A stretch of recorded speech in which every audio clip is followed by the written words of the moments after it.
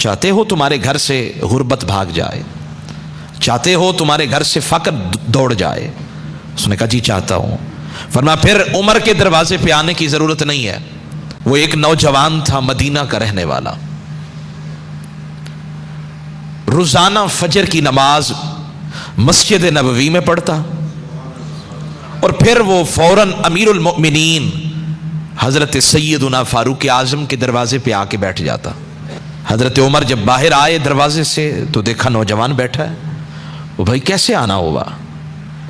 وہ آگے سے کہنے لگا حضور میرے گھر میں غربت ہے، فقر ہے، مہربانی کر دیں، مجھے کچھ دے دیں تاکہ میں اپنے گھر کا نظام چلاؤں۔ حضرت عمر رضی اللہ عنہ نے دے دیا۔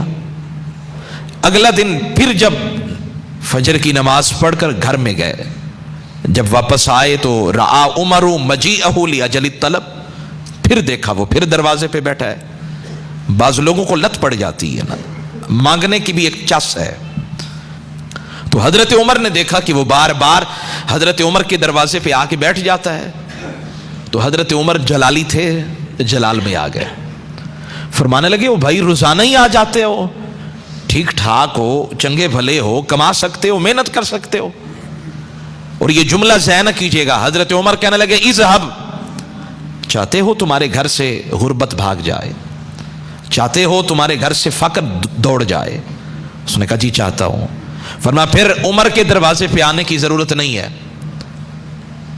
تم میرے دروازے پہ آئے ہو اور میں تمہیں اس کا دروازہ دکھاتا ہوں جس سے عمر بھی خود مانگتا ہے۔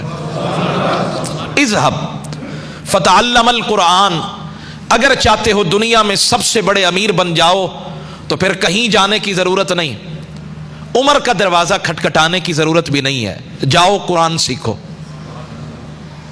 جب تم قرآن سیکھ لوگے نا فَإِنَّهُ سَيُغْنِيكَ أَمْ بَابِ عمر، یہ قرآن تمہیں عمر کے دروازے سے مستغنی کر دے گا، بے نیاز کر دے گا، قرآن تمہیں اتنا امیر کر دے گا۔ میں نے کہا یہ تو کہتے ہیں قرآن تو دیتا ہی کچھ نہیں ہے، اور حضرت عمر کہتے ہیں قرآن تو اتنا دیتا ہے کہ سنبھالا ہی نہیں جاتا، قرآن اتنا دیتا ہے کہ جھولی تنگ پڑ جاتی ہے۔ نوجوان تھا، مانگنے والا تھا، لیکن عمر کی زبان سے جو سنا تو دل میں اتر گئی بات، لہجہ عمر تھا نا تو بات دل میں اتر گئی۔ فغاب زمانن، کبھی کبھی کسی کی عادت بھی پڑ جاتی ہے، گھر میں ایک بکری بندھی ہو نا تو ایک دن اگر وہ نظر نہ آئے تو بندہ کہتا ہے یہ روزانہ تو یہاں ہوتی ہے بکری، اب کیوں نظر نہیں آئی؟ عادت پڑ جاتی ہے، ماں باپ کی عادت پڑ جاتی ہے، کسی اور کی عادت پڑ جاتی ہے، اور پھر وہ عادت جو ہے نا انسان کے مزاج کا حصہ بن جاتی ہے۔ وہ نوجوان روزانہ آیا کرتا تھا حضرت عمر کے دروازے پہ، حضرت عمر کو بھی ایک عادت پڑ گئی اس کے چہرے کو دیکھنے کی، تو فغاب زمانن، اب وہ جب بھی دروازہ کھولیں تو نظریں اس کو ڈھونڈیں، بھیجا بھی خود ہے، اب تلاش بھی خود کر رہے ہیں۔ تو ایک دن وہ اپنے جذبات پہ قابو نہ رکھ سکے، عمر جیسا جوان فسأل عنہ، پوچھنے لگے جی وہ نوجوان کہاں ہے، پوچھنے لگے وہ نوجوان کہاں ہے۔ فدل علیہ، لوگوں نے بتایا جی پتہ نہیں اسے کیا ہو گیا ہے، پہلے تو در در کا دروازہ کھٹکھٹاتا تھا، اب تو پتہ نہیں اسے کیا ہو گیا ہے، کوئی ایسا اس پہ جنون طاری ہوا ہے، قد اعتزل الناس، لوگوں سے کٹ گیا ہے، اب تو اکیلا بیٹھ کر اللہ اللہ کرتا ہے، ذکر کرتا ہے۔ حضرت عمر نے کہا چلو اس کی یاد بڑی تڑپا رہی ہے، مجھے بھی لے چلو اس کی طرف۔ حضرت عمر نے کہا مجھے لے چلو اس کی طرف۔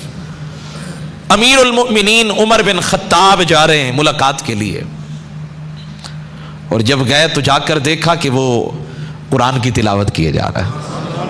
حضرت عمر کہنے لگے ما شغلک عنا، یار تو دروازے پہ آیا کرتا تھا، دل لگی کی باتیں کرتا تھا، تجھے دیکھتے تھے تو بڑا سکون ملتا تھا، اب تو آتا ہی نہیں ہے، ملاقات کے لیے نہیں آتا، کیا وجہ ہے؟ کون سی چیز نے تمہیں ہماری طرف آنے سے روک دیا؟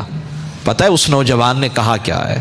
اس نے کہا حضور مجھے اب آپ کے دروازے پہ آنے کی ضرورت ہی نہیں ہے، مجھے آپ کے دروازے پہ آنے کی ضرورت ہی نہیں ہے۔ کیوں؟ عمر پوچھنے لگے کیوں؟ کہنے لگا فإنی اقرأ القرآن، اس سے جو باتیں کرتا ہوں اب کسی اور کی باتوں کی گنجائش رہی نہیں، جب بھی کسی سے ملاقات کو دل چاہتا ہے تو قرآن سے ملاقات کر لیتا ہوں۔